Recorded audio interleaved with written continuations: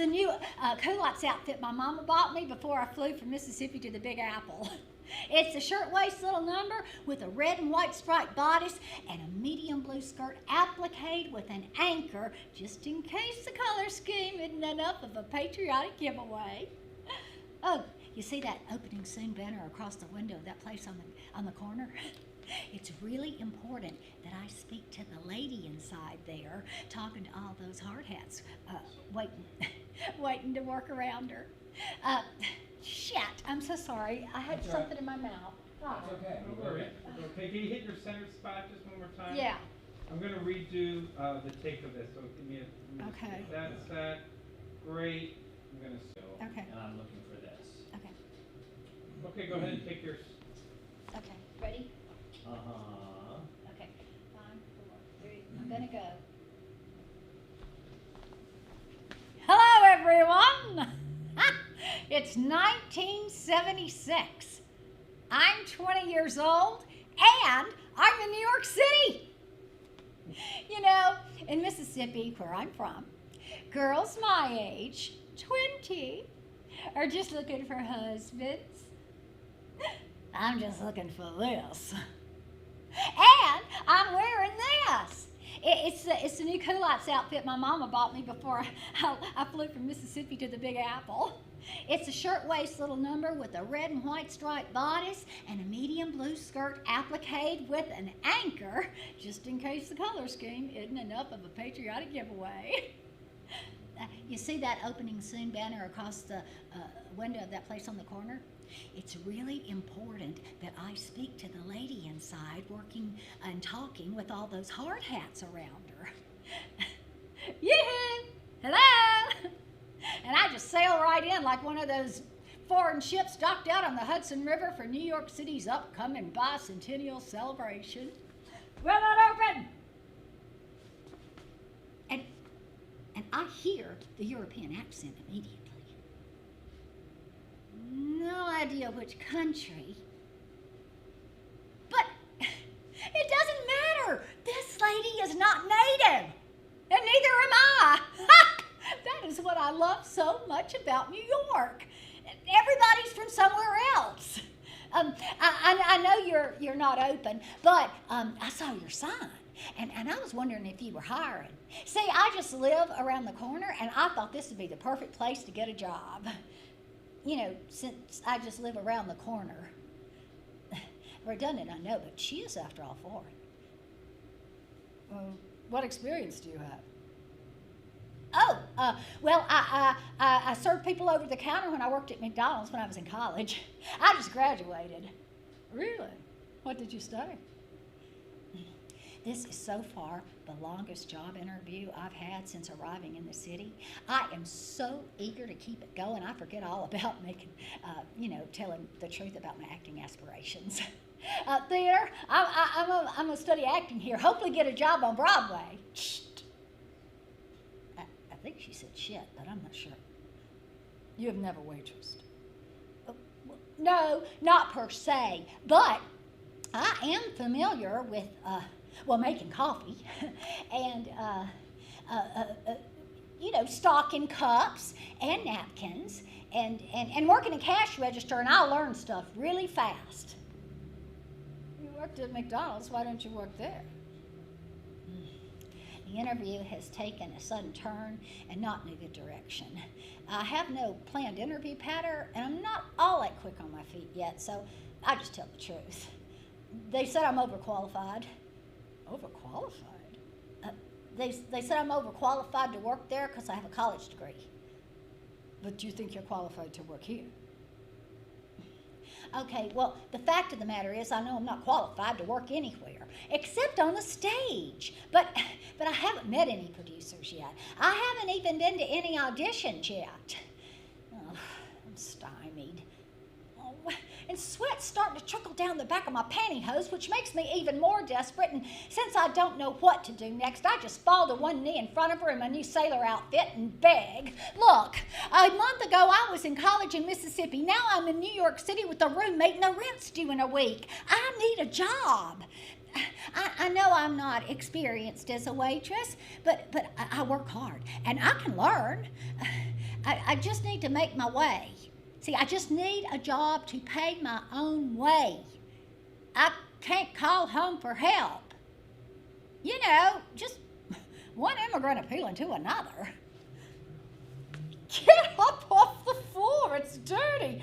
What's your name? Patty. Patty Tier. Okay, all right. Huh? I'm Stacy Sathis. All right, I'll give you a shot, but you don't pull your weight, you're out of here. Got it? Yes, thank you. 7 a.m. Saturday morning, I train you on the floor. Got it? 10 a.m. grand opening. Got it? I turn to go. Wait, I have something for you.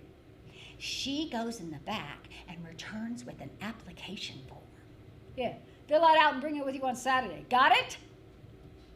All right, get out of here. And don't wear your Sunday dress. You'll ruin it. Just wear jeans and a blouse. Okay. Oh, by the way, what's the name of this place? So I could tell my mother. Twin Donut. Okay. Well, see you at 7 on Saturday. I soar from the place. My spirits high. Whew. I have a job. and it's on Broadway. Even though it's not the Broadway job I'm aiming for, it's a start. Now, my first day of work just flies by. I am so busy learning and ordering and serving that I don't have time to worry about getting fired. And besides, whenever I chase people down to give them back the money they keep leaving on the counter, they look at me like I'm from outer space. I guess they never heard a southern accent before. Finally, some guy snaps, "What are you talking about? That's your tip. What are you, nuts?" Thank you! I realized on the way back inside that I probably returned at least $1.50 that was my pocket. Stacy yells, "Pat, where'd you go?" "Oh, I was giving that man his money back, but he said it's my tip. I never worked for tips before." Ooh, the whole place roars with laughter.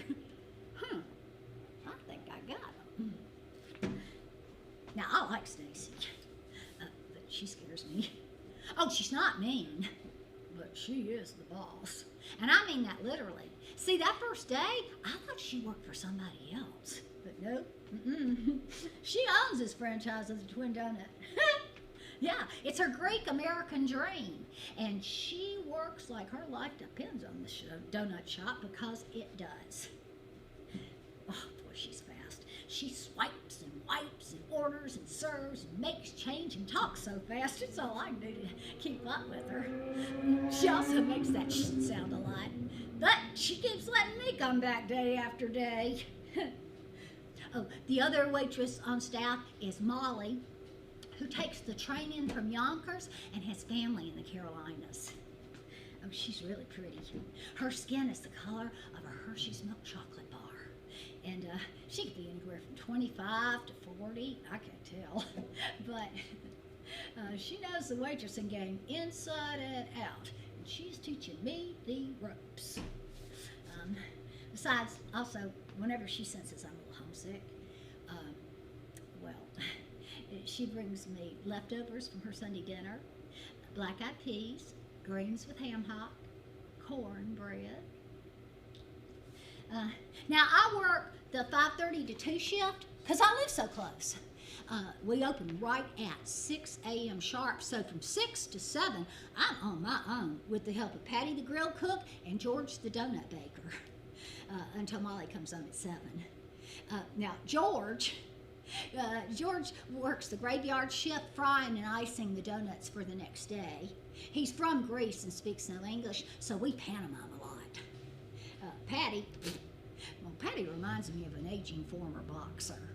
He's also got a tattoo on one bicep, which makes me think he might have been in the Navy at some point. I could see him swabbing a deck or serving up slop at a mess hall. He's got really fair skin, thin and pale red hair, and cornflower blue eyes. Says he gets it from the Polish on his dad's side and the Irish on his mother's. Plus, he's got a lateral lisp. You know, he always talks like he's got his mouth full of ripe peaches. I want to say. Anyway, I learned quickly and soon developed regulars, which Patty refers to as my irregular regulars, based on the fact that most of them are mental, either due to senility or insanity.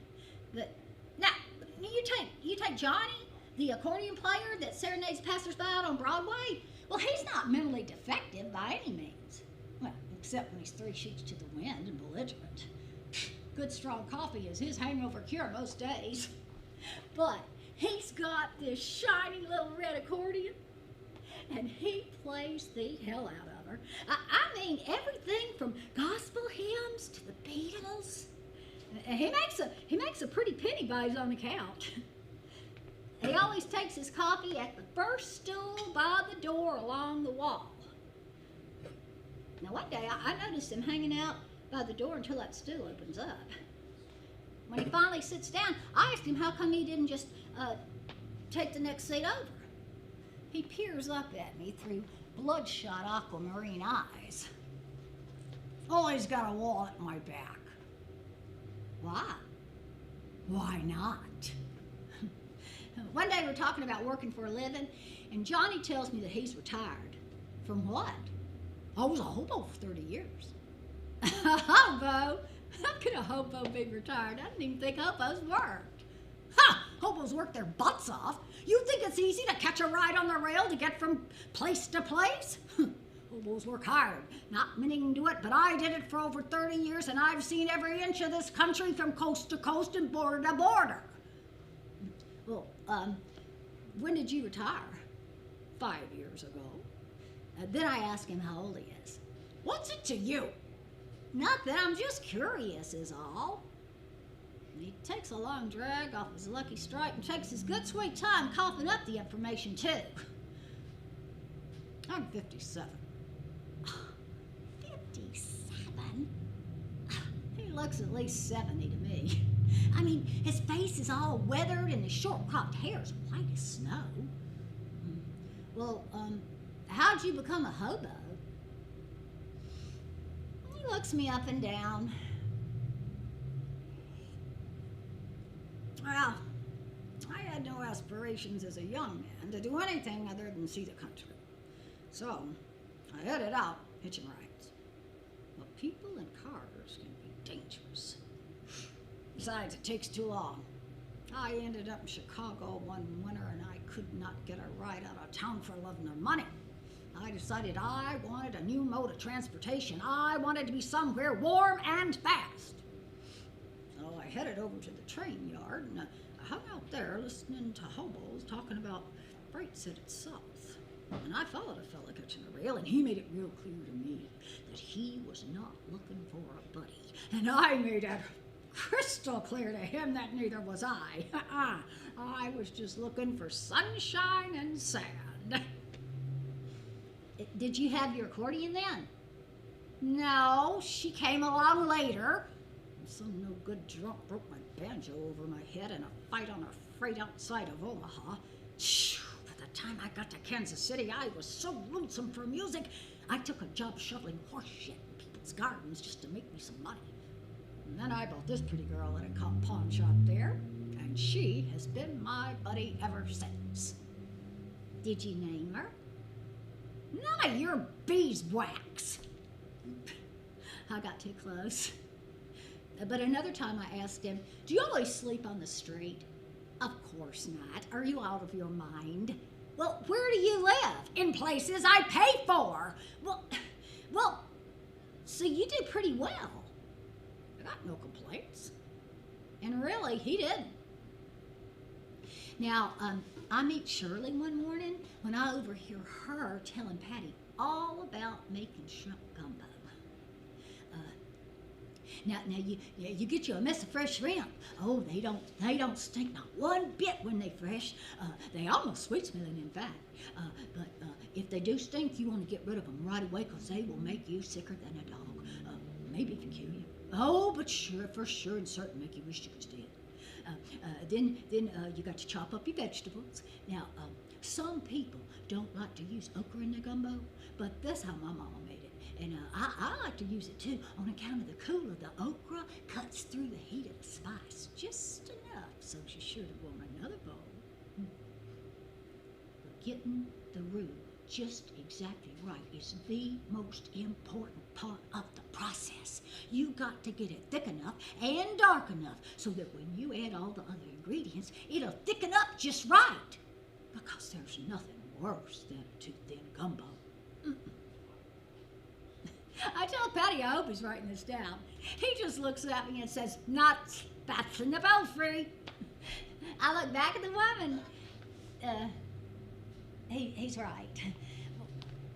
She's talking to the grill.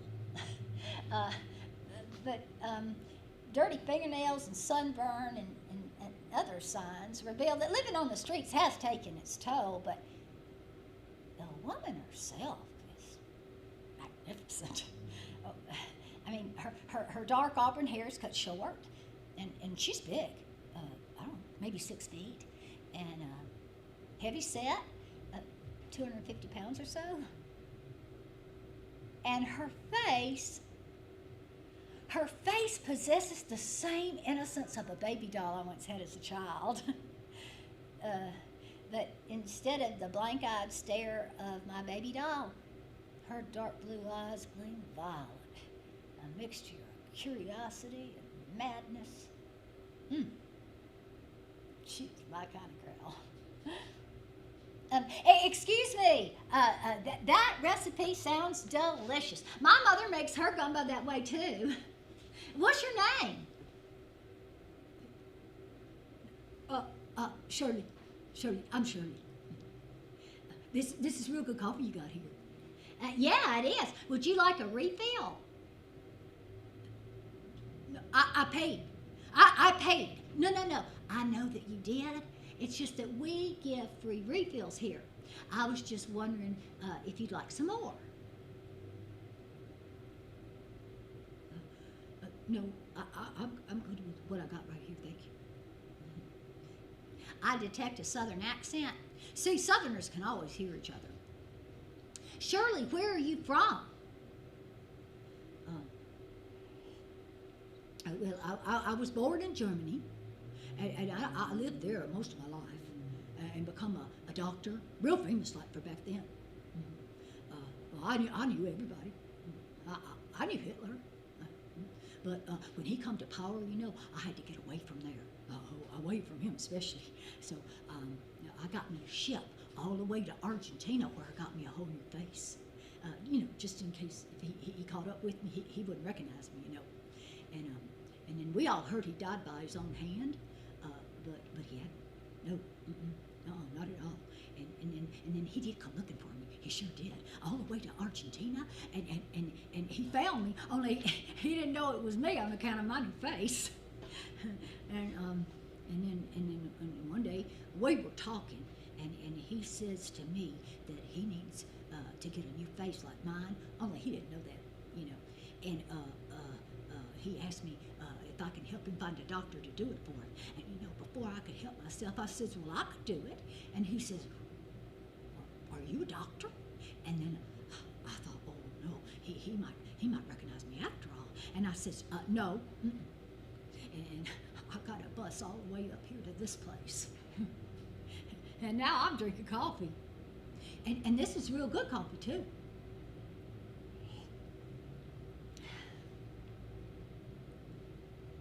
Okay, but she's still Southern, and I'm feeling a little bit homesick, so I persist in having a normal conversation. But where in the South are you from? Thank you for the coffee.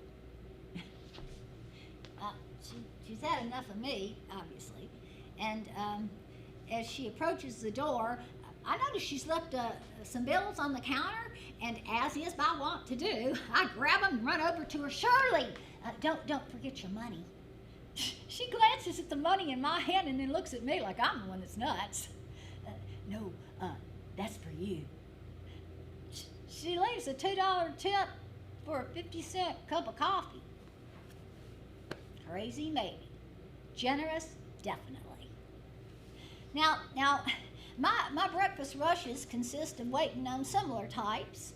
Well, like, for example, Well, there's this poor mute homeless woman that I dubbed Rooster Woman. Well, because she wears a yellow rubber glove on top of her head with the thumb and the fingers protruding out like a rooster's coxcomb. And she stinks to high heavens. Oh, we can't even let her in the place. But, you know, I'll just give her a cup of coffee and a bag full of donuts, and she's good to go. And then there's this little bitty lady. Oh, she is so cute. I call her Little Lady Woodstock. Her hair calyx on top, and she reminds me of that little bird in the Peanuts comic strip. She's still ambulatory and very independent, except for the fact that she's legally blind. I mean, the intersection at 71st and Broadway can get heroin some mornings. And then there's this drunken Slavic sailor that comes in every 2 weeks, still wearing his merchant marine uniform. Little pillbox cap, chin strap. He's so happy. I mean, I've known a lot of drunks in my life, and most of them are just, you know, cynical assholes and Crimea River depressives. But this guy is just thrilled to be on dry land. And then, of course, there's Sherlock and Watson. Now, Sherlock is perfectly costumed. The strange deerstalker cap with the flaps pulled up for summer, and the double-breasted trademark overcoat, even in summer, along with an umbrella, which he uses as his cane. I'm sure that Watson is also just as appropriately outfitted, but I can't see him because he is the figment of Sherlock's imagination. The first day they show up, I put a cup of coffee in front of Sherlock, who demands, "Excuse me, aren't you missing one?" I don't get his meaning. "Good God, my associate Watson would like coffee as well." "Oh, sorry." And then I pour another cup of coffee, and I place it in front of the empty stool and play like I'm talking to Watson. "There you go. Enjoy." "Good God, to whom are you speaking?" Watson." "Dr. Watson is not yet seated. He is presently perusing your menu up above. Can you not see? He says he'll have the coffee when he's ready." Well, oh, there is nothing like being put in your place by some guy's imaginary friend. And then Sherlock orders for both of them. "Ham and eggs over easy, not hard, mind you, with buttered white toast and marmalade. Hash browns or home fries? Whoever would eat hash browns?" He's rude, but I let it go because he's mental.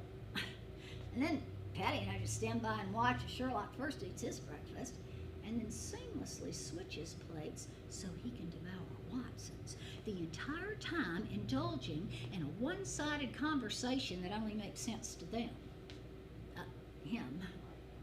And then at the end of their meal, he proclaims chef par excellence, and with a swoosh of his overcoat, which reeks of body odor, stale urine, and Old Spice, he and Watson dismiss us to go on about their day in apprehension of some villain or other.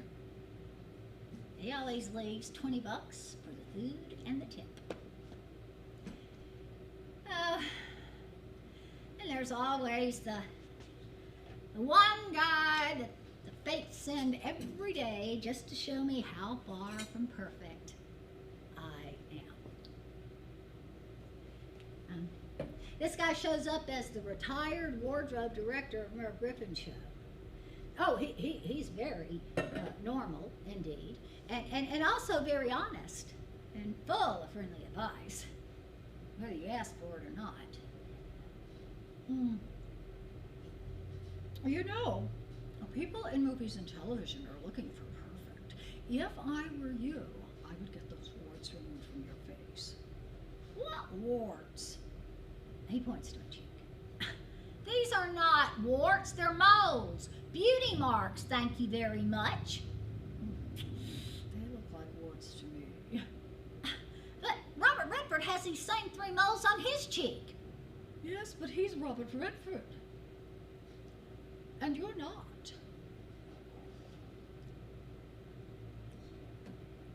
And then I got a couple of groups that come in from further down the street. There's the crew that build the sets for ABC.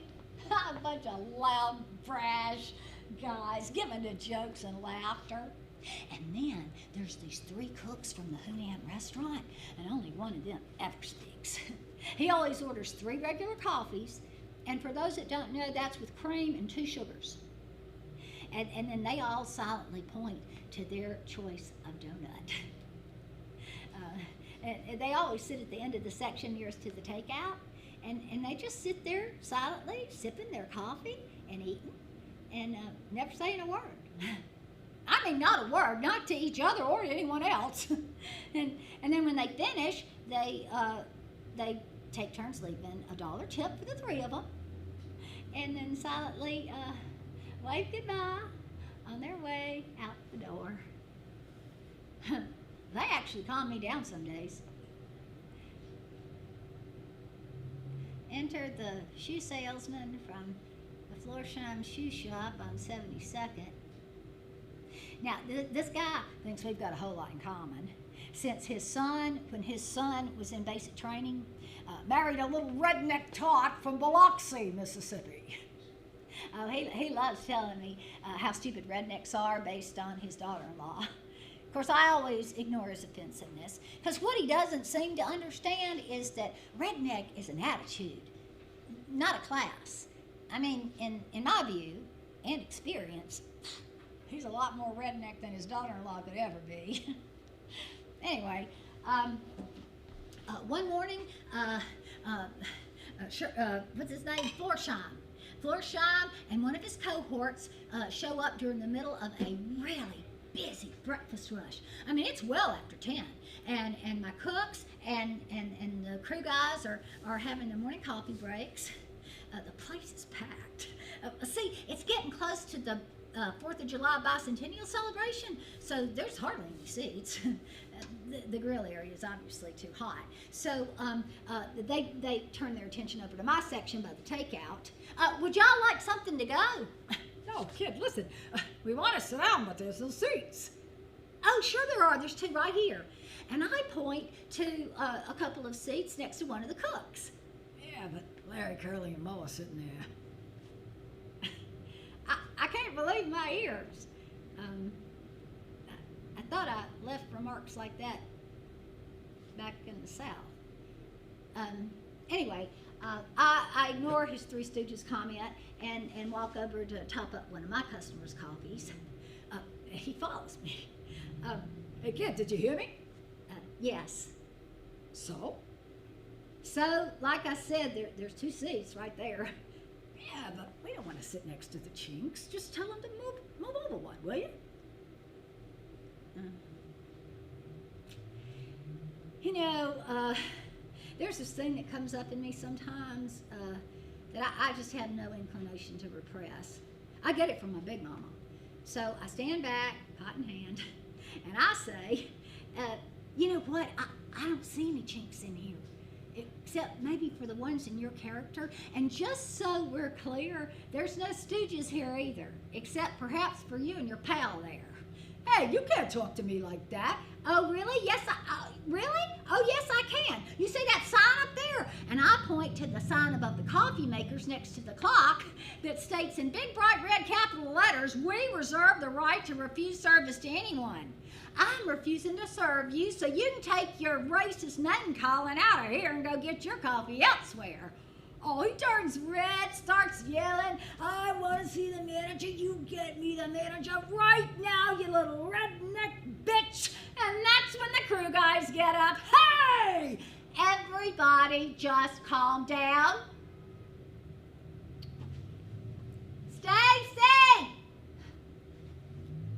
Stacy comes out and looks up at the map. You have a complaint? Yeah. Your waitress there was rude to me and my friend here and refused to serve us. Oh. Is that right, Pep? I nod. Well, I guess you better leave.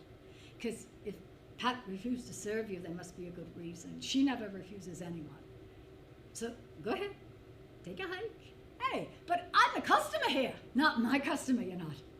See, my customers don't call my other customers and my employees names. Now get out! Oh, he is shocked, speechless that anybody would treat him, a white guy, like this. And then Stacy says, go on, beat it before I call the cops. Oh, as they storm out the door, the entire place erupts in applause for Stacy's chutzpah. She just waves them off. Pat, get to work. And just like my buddies at Ben's Deli like to say, everything gets back to kosher.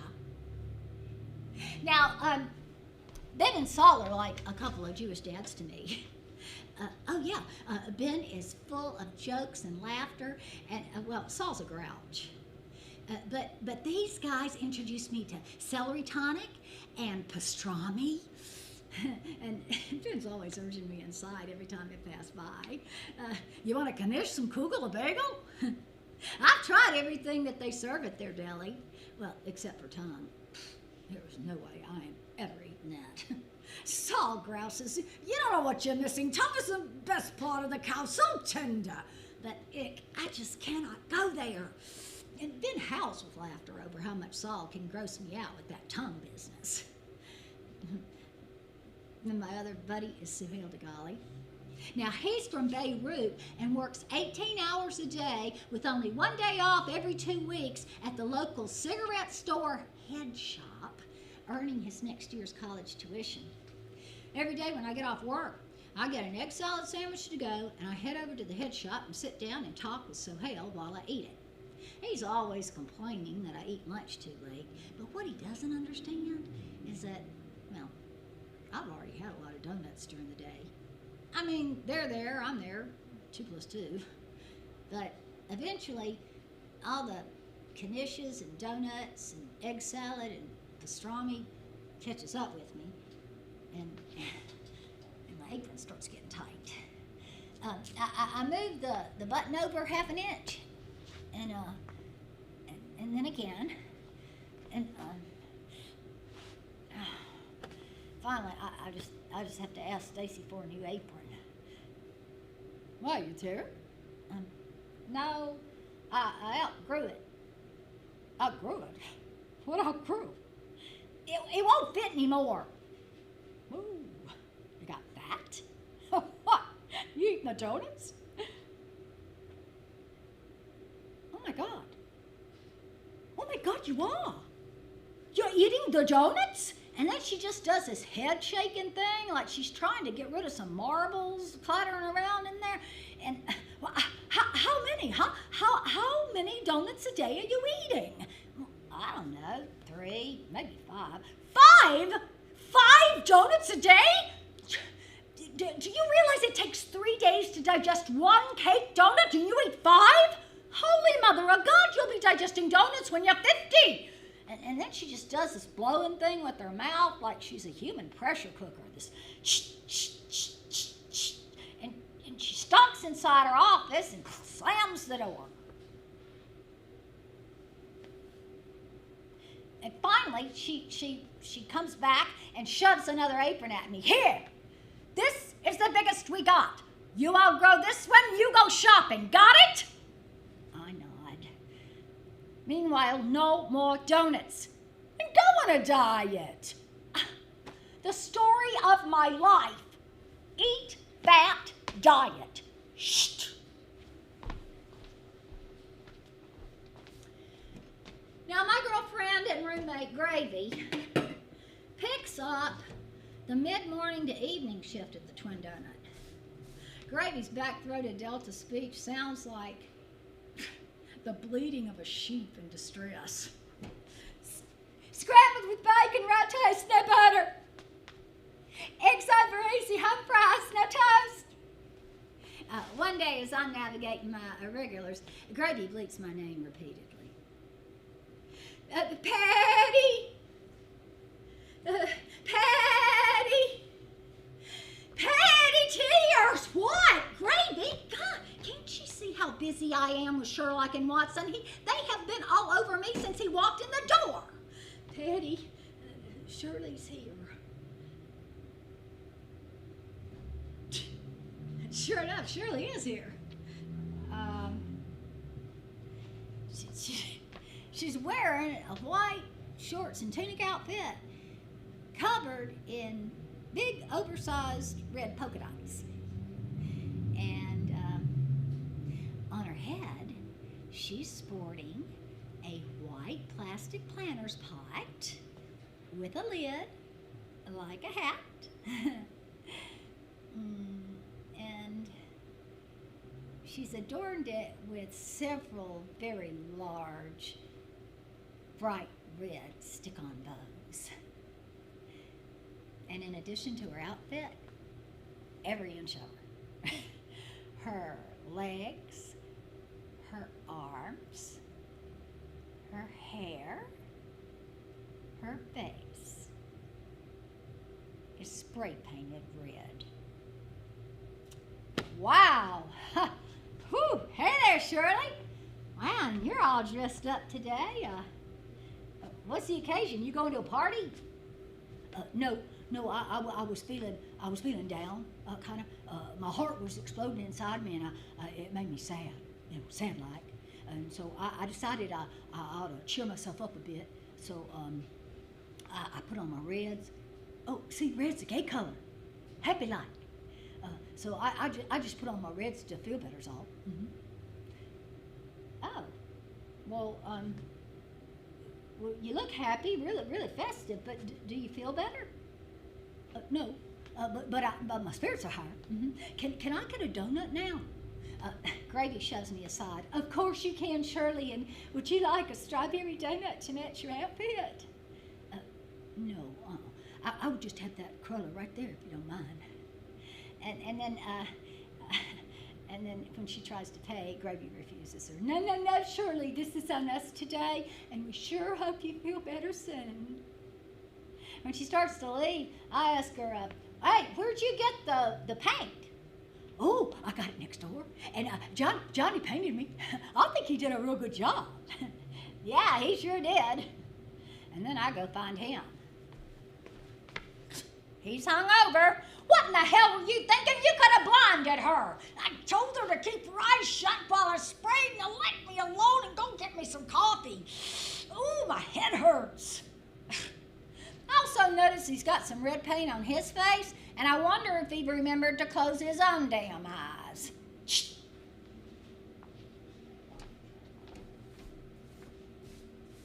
By mid-July, I have become a very trusted employee of the Twin Donut. So trusted, in fact, that Stacy sends me to make her bank deposits. Now, whenever I do it, I hide the checks and the money and the deposit slip inside the zippered banker's bag, and I place that behind the bib of my apron and practically run all the way to the bank, praying silently to get the walk sign at the corner. And whenever I do, I thank my mother's God for small favors and race across the street through the revolving door, which spits me out inside the bank. My pounding heart slows, and I join the long line of New Yorkers awaiting my turn for a teller. We all stand silently while we wait. Of course, there's always some whiner online complaining, why are they always so slow? and then somebody else further down the line mutters, I didn't come into the bank to hear a bunch of grousing, so please to shut it. And then for the next 20 minutes, the whiner and the mutter are getting to a tit-for-tat. Except sometimes they unite. Like when an elderly person tries to break line. Hey, get back! No breaking! The gray hair looks all confused and asks innocently, are you talking to me? Yeah, you betcha, gray hair. Back of the line, no breaking! Some gray hairs concede. Others take a stand. I fought in the war for you. My back is bad. Or that silent, get out of here. One morning, I'm online, Stacy's Deposit beneath my bib, and right after I put out a cigarette in a nearby ash can, this little old lady, just about my mama's age, appears and smiles up at me sweetly. Do you mind if I use this to sit? I mean, who sits on an ashtray? But hey, I'm online almost to the teller, so I say, sure, go ahead. She sits down, the whole line erupts. Hey, there we go again. What did I tell you? Some guy with fire in his eyes stormed. She does this all the time. Where's security? No breaking. I just look back down at her, and she smiles up at me benignly, so I give her the benefit of the doubt. She's just sitting while she waits. The stormer gets in my face now and says, so let her wait at the back of the line. Yeah, back of the line, no breaking. I decided to mind my own business. The line moves up, little old lady moves up, scooting in her can. Now she's right beside me. See, she's doing it again. Where's the manager? No breaking. God, the hysteria is mounting. I just keep my hands glued to the bib apron and concealing the money in the deposit. Anything could happen in this climate. The line moves, I move, and the little old lady moves, scooting her can right in front of me. I've been had. Excuse me, ma'am, I think you were behind me. Nothing. Nada. Now she's deaf. Old deaf and scooting. You see what you did? You let her break. No, I didn't. Don't let her in. Stop her. Oh, no breaking. Shove in front of her. But I just can't. I cannot do it. I have been raised to respect my elders, and I cannot for the life of me shove a little old lady lest she fall and break a hip. When next is called, raging protest and finger pointing ensue. No breaking! Oh. When she gets to the teller, she turns around and sneers, fuck off! In the half-beat of stunned silence, I somehow find my way to a teller and make my deposit so I can get the hell out of there.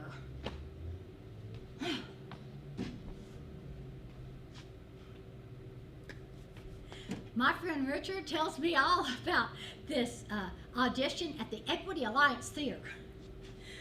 I check it out in the trade paper backstage. It's right up my alley.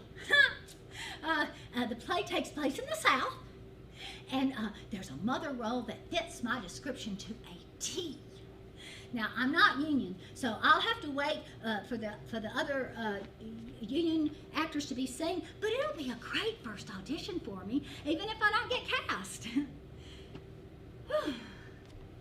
Oh, there's quite a few people here. Several men and a lot of women. Not many my age, though. Oh, thank you. One of the actors strikes up a conversation with me. He's been doing this a really long time.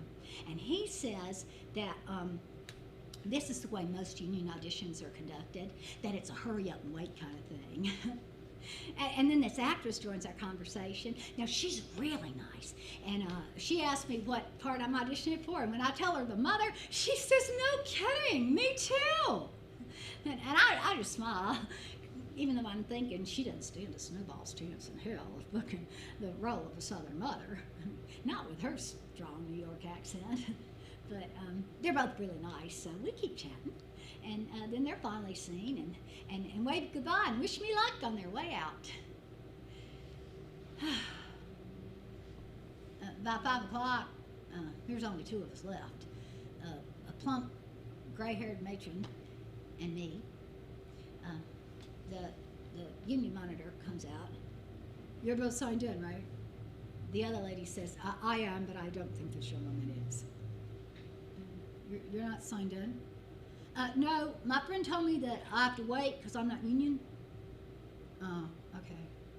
And then she glances back at the other lady, and then she comes back to me.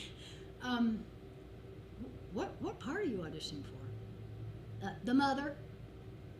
She looks confused, so I help her out. See, I'm a character actress. I play all the mother, Mrs. Malaprop, Yenta roles. I see. Which, by the way, were some of my most noted roles in college. Okay, so I'm going to take you in now, and then I'll come back out and let you know if the producers are willing to see you. Okay. And I tell the other lady to break a leg. And then I sit back, trying to squelch my now very real nervousness. My first audition's about to happen. Wow. Can you imagine my mother's shock when she hears that I booked my first New York job because I had the only authentic Southern accent at the audition?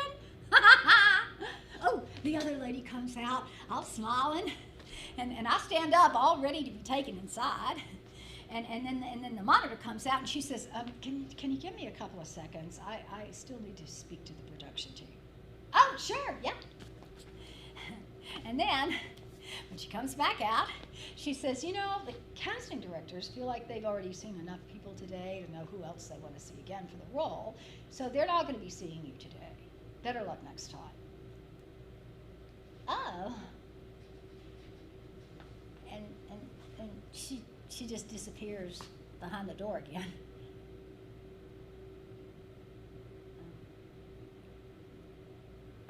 It's only then, see, that I realize that there are plenty of middle-aged actresses to play middle-aged Southern mothers, whether they have a Southern accent or not. It's New York City, right? I mean, who's going to know? Well, I mean, except for me and any other Southerner who saw the play, obviously. And then as I'm gathering my things to leave, I realize just exactly how delusional I must have seemed to all those people I met today.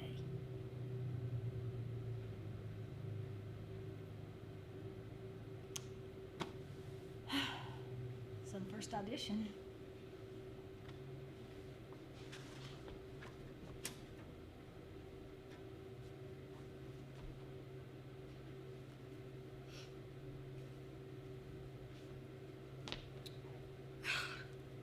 Working the counter at the Twin Donut during the dog days of August is the absolute worst. Well, it's so freaking hot. God, Patty swears that if the grill breaks, he could fry eggs out on the sidewalk.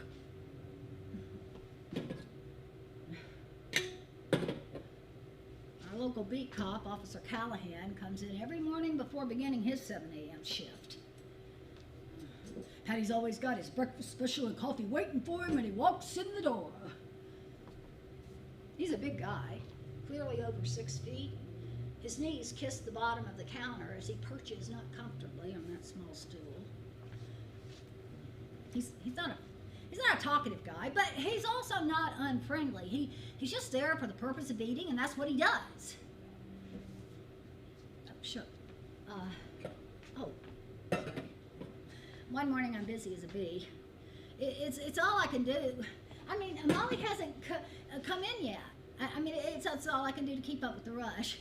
And then some guy comes in with dirty clothes and long hair and calls out his order halfway to the grill out to me like I'm a bartender or something for light and sweet.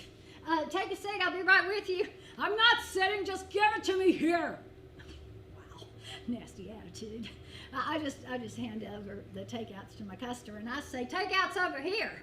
And then he says, I'm not sitting. I'm not going over there. I'm not walking over there. Just give it to me here. And then I say, takeouts over here or you sit down there. Either way, you wait your turn. And then he gets all pissed and starts mouthing off. And then I say, hey, sit down, get online, or get out. And please move over so other people can sit if they're so inclined. Thank you. Well, he pulls a clenched fist out of his dirty jacket pocket and he starts waving it at me. Hey, I got acid here and I'll throw it in your face, you stupid bitch. And you know what? I have had it with this guy. Okay, let's see it. Let's see what you got there. I have absolutely no fear. I am pissed off too. And that is when Officer Callahan gets up.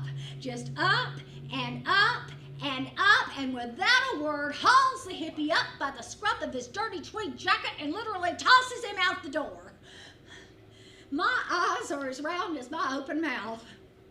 And then, before he sits down, he leans over the counter and says to me, and you, don't you ever let me see you get into it with some lowlife threatening to throw acid in your face, because he might just actually do it. And then you're blind and scarred for life. You got it?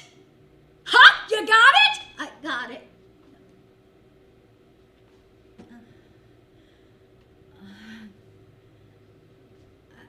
I am shaken to my core as I get back to work.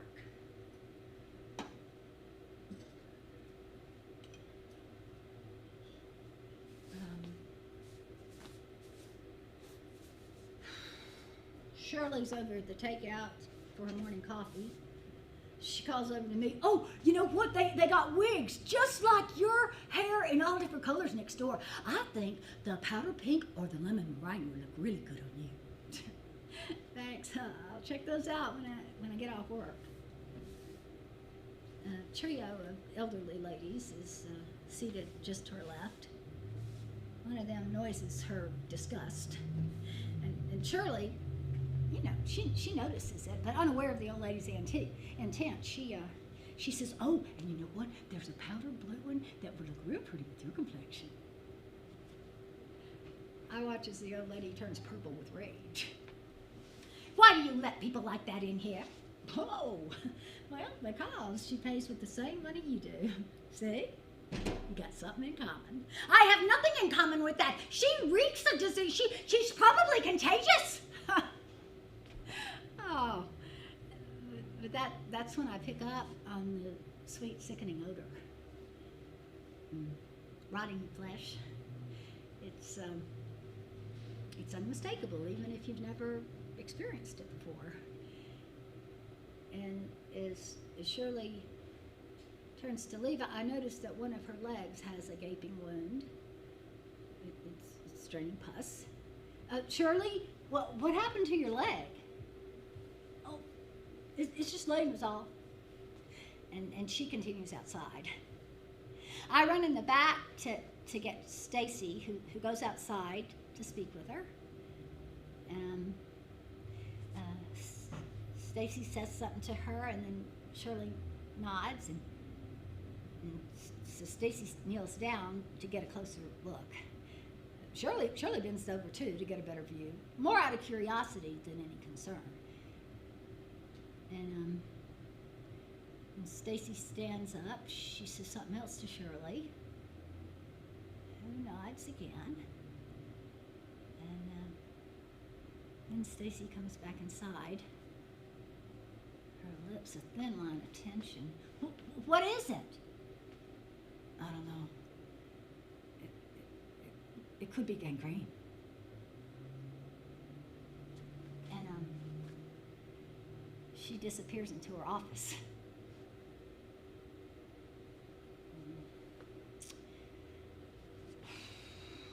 About 10 minutes later, a squad car pulls up in front. Officer Callahan motions to the two cops inside the car, and they get out to make a decent boundary on either side of Shirley. But she senses she's trapped and drops her coffee on the street. She needs a way out, but they're in one. See, she's been backed up, propped up against the back of the building, and there's no place to go. She starts to moan. Sound like the low moan of cows.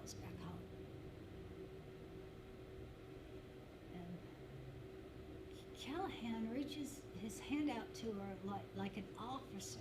I mean, like an offer. And then I hear Shirley say, I ain't done nothing. I paid. You can ask the lady inside. She'll tell you I paid. And then her eyes flick back and forth from one man to the next, on alert as to any sudden move or strike. And, now she's backed up all the way against the window, practically hugging it. And suddenly she makes a break for it, but they close in. And then she begins to keen and lash out with flailing fists. And Officer Callahan puts up both his hands in a gesture of surrender, and he says something to the two cops who back up. And then I hear him say, we're not going to hurt you. We just want to check your leg. And Shirley stops flailing, although she is clearly still terrified. Your friend there called us to help you. And he nods towards Stacy, who's huddled in the doorway. That's why we're here. You did nothing wrong. We know that. And then Stacy says, Shirley, they mean you no harm. They just want to get you to a doctor to heal your leg. And Shirley turns her terrified eyes to Stacy, who just nods to her. And then Callahan says, you know me, right? Huh? You see me around? Have I ever hurt you? And then Shirley turns from Stacy to look back at the cop, staring at him hard, like she's memorizing him. You know me? Yeah, I do know you. Yes, I do. You're okay to me. Yeah. He reaches his hand out to her. You got in the car with me? She's waving her options. Your leg is in bad shape. You don't want to lose it. And then she bends over again to take another look at her oozing wound, and then Callahan says, Shirley? Cheryl! And then she looks back at him, and I noticed that one of the cops has opened the back door of the squad car, and Callahan motions for the other policeman to move back to give him more room, and then Callahan sits down in the back seat, his hand still extended to Shirley. Come on, Shirley, get in the car with me, huh? Let us help you, Shirley. And sobbing, she grabs his hand like a life preserver to join him inside the car, and the one cop silently closes the door while the other cop fires up the engine, and they fly away. Siren silent, so as not to frighten her any further. It's all just in a day's work for these guys to save a citizen's leg, if not her very life.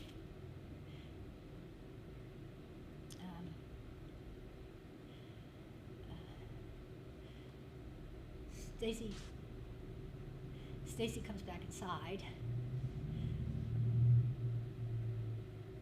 She's crying.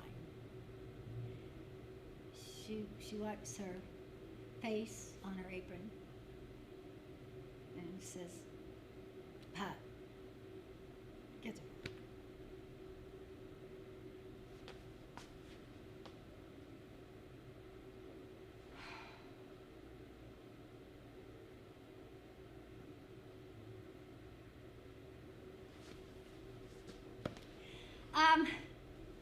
Well, late summer has given way to early autumn. And Stacy let me trade shifts with gravy so I can attend acting classes down in the village. The first day I go down there by myself on the subway, I cry the whole way. Well, I don't tell anybody because I don't want anyone to know what a baby I am about it. But to tell the truth, the subway scares the crap out of me. Well, it's so loud, and it's too much like a roller coaster, which I hate. Besides, what if I get off at the wrong stop and end up in Brooklyn or somewhere? Just, I try not to think about it. Whew. It's chilly on my walks to work in the morning these days. I bang on the door for George to let me in, and then I head over to start getting ready for the breakfast rush while he fires up the grill. I'm just about to start pouring milk and cream into those stainless decanters on the back counter when I hear this tapping noise. See, the oldsters wake up with the freaking birds. They see a light, they flock to it like a moth to a flame, no matter that we're not open yet. I mean, sometimes we have to have a standoff. I mean, they point to their watch, and I point up to our clock. No, it is not time yet, and I've got the key. It's annoying, just like today. Well, at least I'm annoyed. I didn't sleep well, again. Stacy says it's because of the change of seasons, but that doesn't make sense to me. It's cooler, so I should be sleeping better, is my way of thinking. But I'm not. I don't know, I'm just restless all night long, and I don't know why. Except that I do know. Well, see, I'm afraid to sleep. Because I think my dream is slipping away. I mean, I so love and feel a part of New York City, but I don't feel like a New York City actor. Well, at least not in my acting class. I get dismissive looks and smirks from the other students. One girl even rolled her eyes at me. Oh! Is it my warts, my weight, my accent, my brown frowsy hair that never moves? I mean, there's so much about me that is unacceptable. It's not the first time that I've, felt outside the circle. And it's certainly not the first time that I've been ostracized by people who were supposed to get me, even love me. But, it's still disappointing. Besides, what if I really don't belong here? And just like that fear of getting off at the wrong subway stop, I try not to think about it. So I start getting the coffee ready, and that tapping sound becomes insistent, followed by, a soft scratching and some other muffled noise. And I look up at the clock, and damn it, it is not even 5:45. So I turn to give whoever it is hell, but I can't see because it's bright inside where I am and still dark outside. And so I just march right over to the door saying, "Hey, cut it out. We don't open for another 15 minutes." And that's when I see it's Johnny on the other side of the door. And he is covered in blood. George!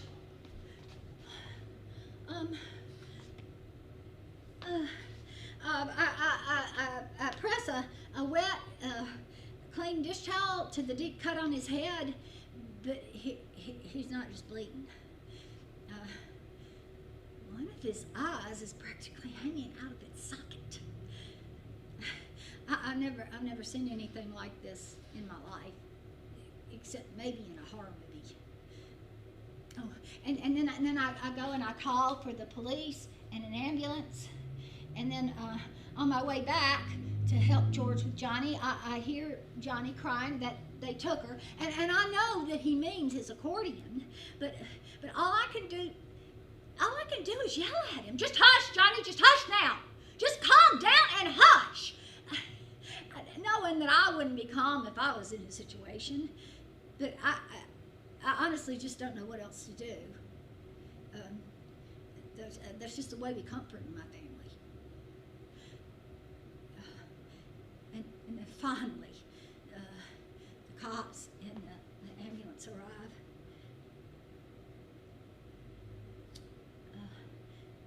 It's all so surreal. And by 10 after 6, Johnny's been taken by ambulance to Bellevue. And George and I just stand there staring at each other in stunned silence. What in the world is going on here? Who knocked somebody's eye out for an accordion? Or for any reason, for that matter.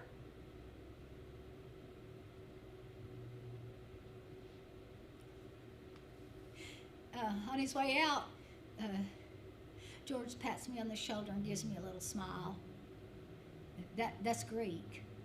For don't worry, Kukla, it will be okay.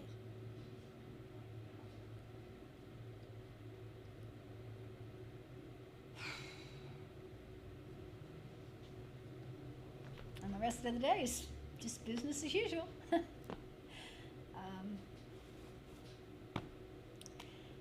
Coffees are poured and drunk, breakfast eaten, donuts dumped.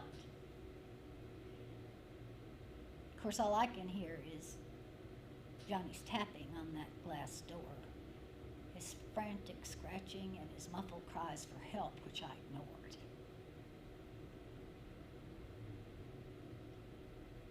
I'm so ashamed of myself. I've been raised better.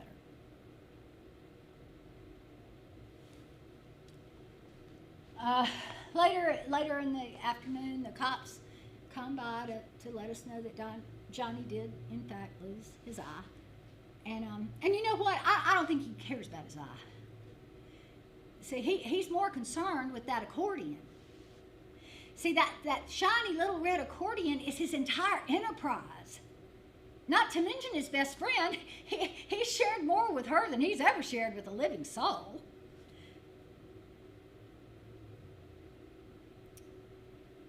Johnny's in the hospital for over a week.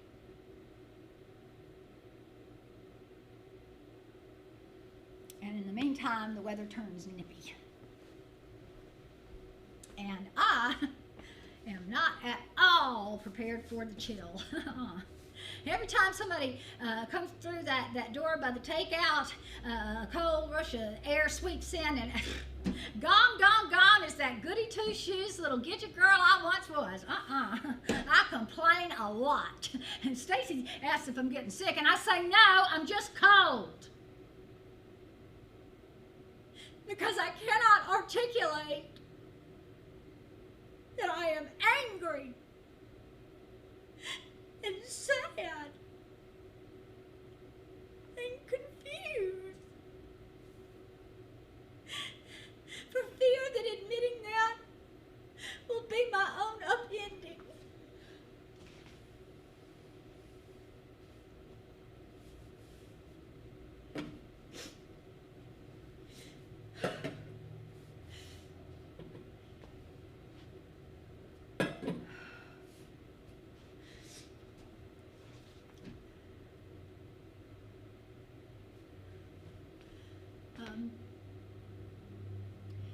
One morning, a black car pulls up and deposits Johnny out front. His gait's unsteady. His jacket's still filthy with dried blood. And he wears a big black patch over his right eye. His former bravado and confidence are gone, replaced by the vulnerability of a very fragile, very old man. Much older than the 57 he was a couple of weeks ago. Stacy urges him inside, and he acts uncomfortable, like he doesn't know how to be around us. I put a cup of coffee in front of him. You want a donut? And he shakes his head no. And then Stacy says, "How about breakfast? You hungry?" No, ma'am. Thank you. Thank you. Patty, ham and eggs over easy.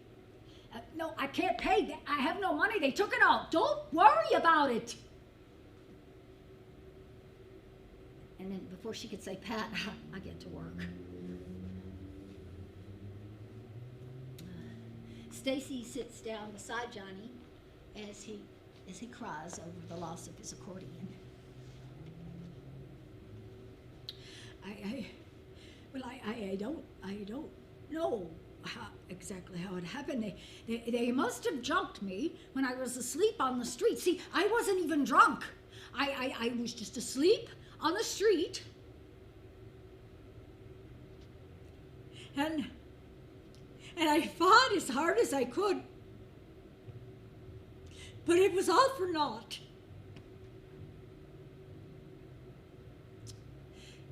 Johnny talks like my big mama, my mama. All for naught is something one of them might say. I don't know what I'm going to do without her. I just don't know what I'm going to do now. Oh, it is so awful to watch him sob like this with only the one eye. He can't even get the benefit of a good cry. And then Stacy stands up and says, "Wait here.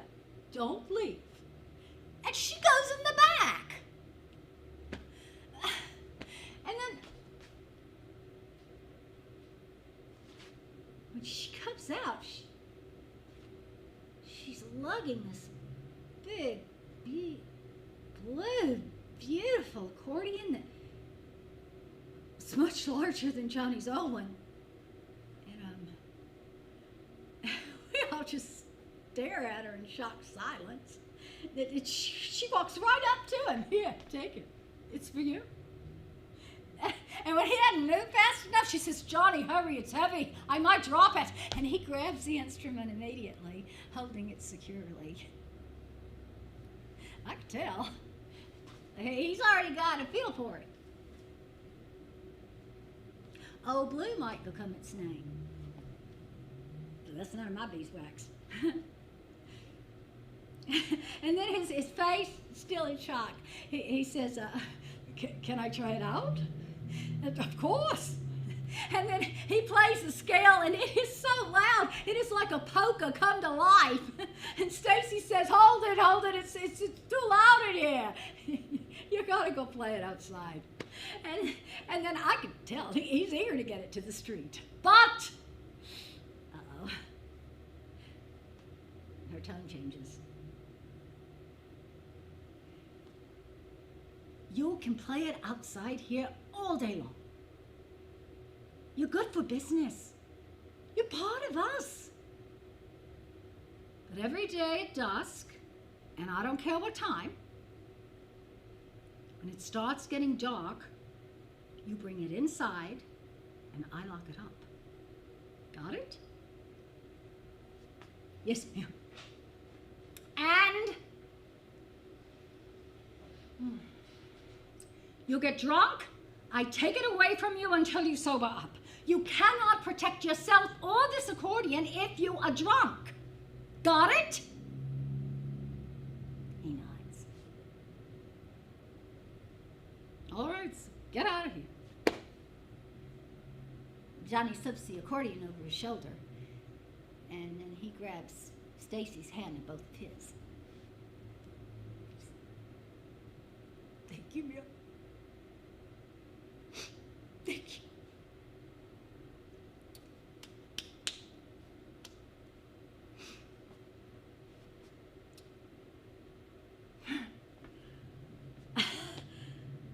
A man with absolutely no means whatsoever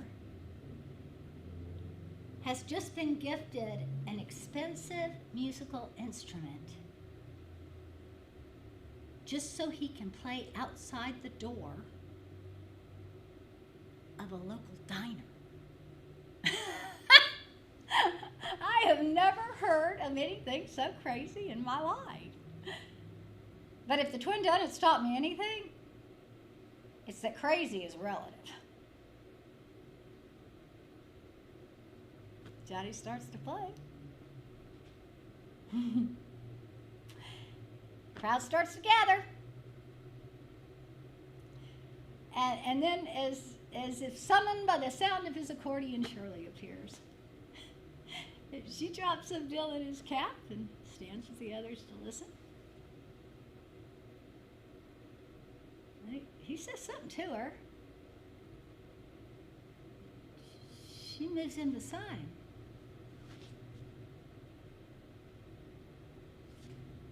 He starts the intro to a hymn. Oh, y'all, you guys, she's going to sing with him. Shirley is going to sing with Johnny. And then all of us, Patty and Stacy and Molly and Gravy and me and all the customers gather around the doors and the window to watch one of the greatest live performances I've ever seen in New York City.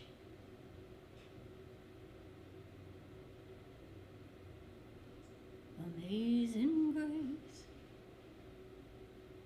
how sweet the sound that saved a wretch like me. I once was lost, but now I'm found. Was blind, but now I see. Was grace that taught me how to fear, and grace that my fear relieved. How precious did that grace appear the hour I first believed. Amazing grace, how sweet the sound that saved a wretch like me. I once was lost, but now am found. Was blind, but now I see. Was blind,